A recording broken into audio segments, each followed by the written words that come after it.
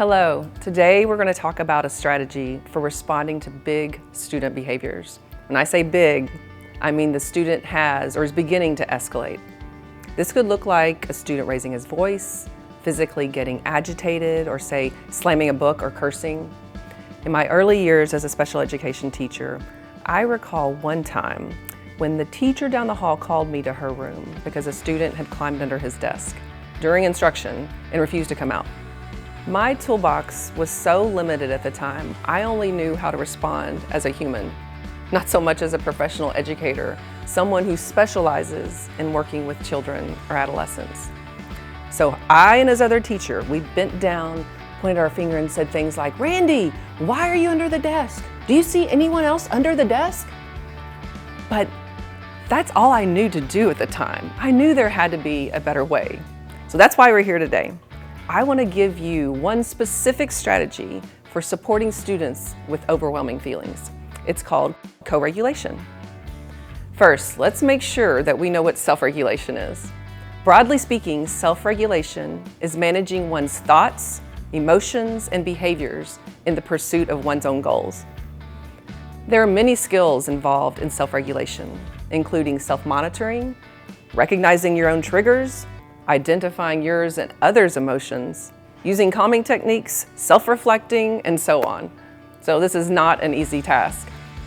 Clearly, Randy did not have strong self-regulation skills.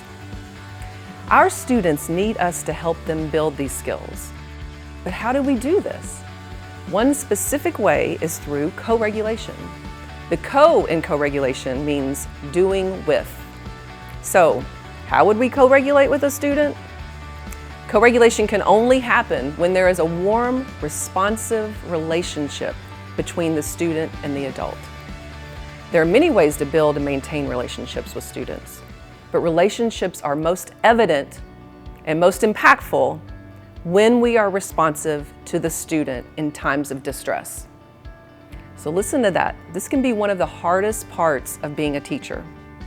So when a challenging behavior occurs in the classroom, we must find a way within ourselves to show support and empathy and respond to the student in a private manner that doesn't unintentionally risk humiliation in front of their peers. We know calling students out in front of their peers is one of the fastest ways to sabotage your relationship with that student.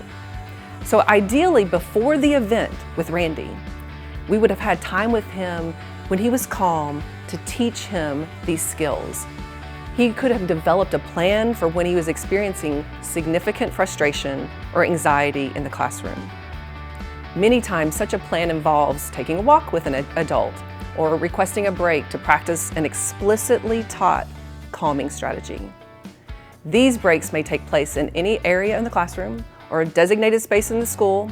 In fact, schools across the state at all levels, preschool to high school, have identified calming rooms or de-escalation spaces. Way to go, Kentucky. Through co-regulation, Randy and I could have stepped into the hallway or a break space to practice our deep breathing or grounding technique.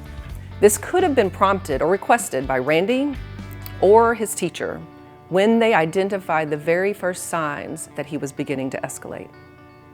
Like the saying you often hear now, we want to match energy. But I don't need to match Randy's energy. Instead, I want to lead in a way that helps Randy match my energy. Energy that is soothing, rhythmic, repetitive, with minimal language involved. We've learned this from Dr. Bruce Perry and others' work. We will share one specific example of a calming strategy in a later video. By practicing this together, we're not only modeling, but we are following the learning sequence of I do, we do, you do. This is a great way to help Randy and other students build this lifelong skill. We know that many students with disabilities, those who have experienced trauma, or even just the average person, benefits from co-regulation. It's how we learn to self-regulate. So be sure and check out the other videos in this series to learn more about this critical life skill.